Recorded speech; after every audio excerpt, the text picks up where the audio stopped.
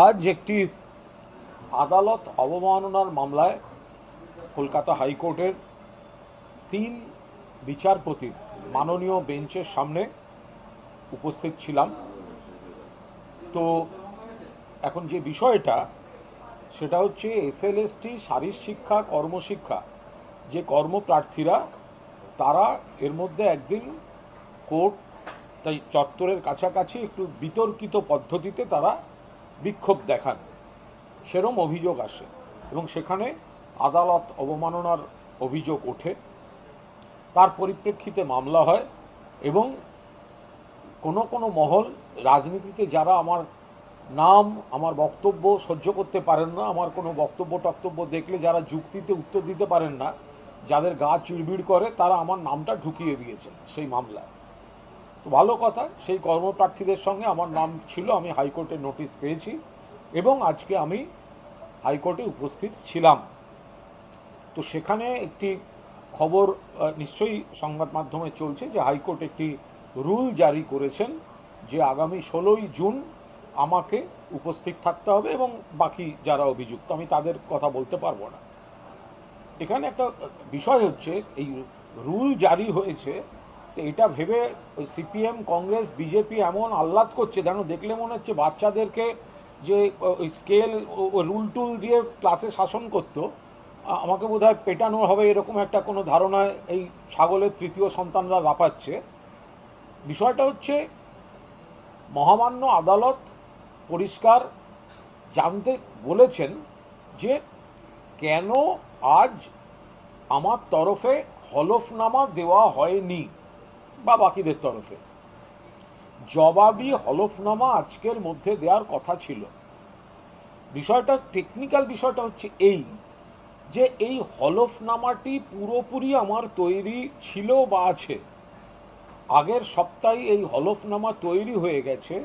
এটা যে জমা দেওয়া হয়নি তারও একটা কারণ রয়েছে। কারণটা হচ্ছে এই যে মহামান্য আদালতের এই তিন মহামান্য বিচারপতির বেঞ্চ, তারা কলকাতা পুলিশকে বলেছিলেন, পুলিশ কমিশনারকে বলেছিলেন, এটা ডাইরেকশন দিয়েছিলেন এর ওপর রিপোর্ট জমা দিতে। তো সেই রিপোর্টটি কলকাতা পুলিশ কাল জমা দিয়েছে বলে আমরা জানতে পেরেছি এবং আমার আইনজীবী তার কপি পেয়েছেন সন্ধ্যের পর। এবং সেই যে রিপোর্ট, অর্থাৎ কারা ওই বিক্ষোভে ছিলেন বা বিতর্কিত ঘটনায় ছিলেন, তার মধ্যে আমার নাম নেই, কারণ আমি ঘটনাস্থলে ছিলাম না। ওই একই সময় ওই দিন আমি একটি টিভি চ্যানেলের অনুষ্ঠান রেকর্ডিংয়ে ছিলাম রাজারহাটে, আমার নামটা ঢুকিয়ে দিয়েছে। এবার যেহেতু কাল রাত্রে পাওয়া পুলিশ রিপোর্টটাতে খুব ন্যায্যতই আমার নাম নেই, ফলে আমার জবাবি হলফনামাতে তো সেটার একটা উল্লেখ রাখা দরকার। সেই কারণেই আজকে আমার আইনজীবী হলফনামাটি দিতে পারেননি এবং তিনি একটু সময় বাড়াবার দাবি করেছেন।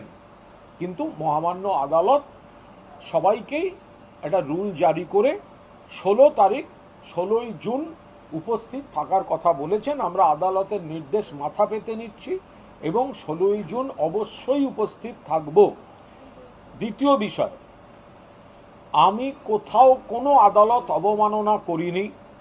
আদালত, বিচারপতি এবং বিচার ব্যবস্থার প্রতি আমার পূর্ণ আস্থা আছে, সম্মান আছে, সারা দেশের আছে।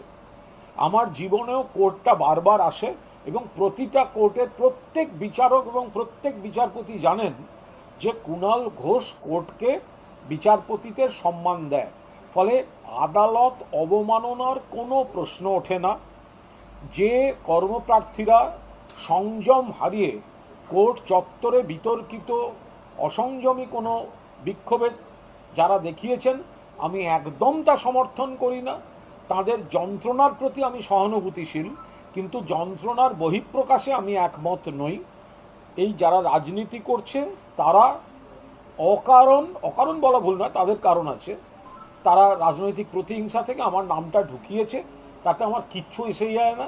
আমি মহামান্য আদালতের প্রতি আমার পূর্ণ আস্থা, পূর্ণ বিশ্বাস, পূর্ণ সম্মান আছে যে যারা এই এক ঝাঁক সিপিএম আইনজীবী, এক ঝাঁক কংগ্রেস আইনজীবী, এক ঝাঁক বিজেপি আইনজীবী, যারা এইসব আমার নামে মামলা করেছে, আমি খুব নিশ্চিত যে মহামান্য 3 বিচারপতির বেঞ্চ তারা সব শুনে এটা বলে দেবেন যে আমার বিরুদ্ধে অকারণে আমার নামটা এখানে জড়ানো হয়েছে। ফলে রুল জারি হয়েছে সেটা যেমন একদম খাঁটি সত্যি, কারণ কোর্ট রুল জারি করেছে, কিন্তু সেটা নিয়ে আমার বিরোধী পক্ষ যারা নাচানাচি করছেন তাদের প্রতি আমার করুণা হচ্ছে।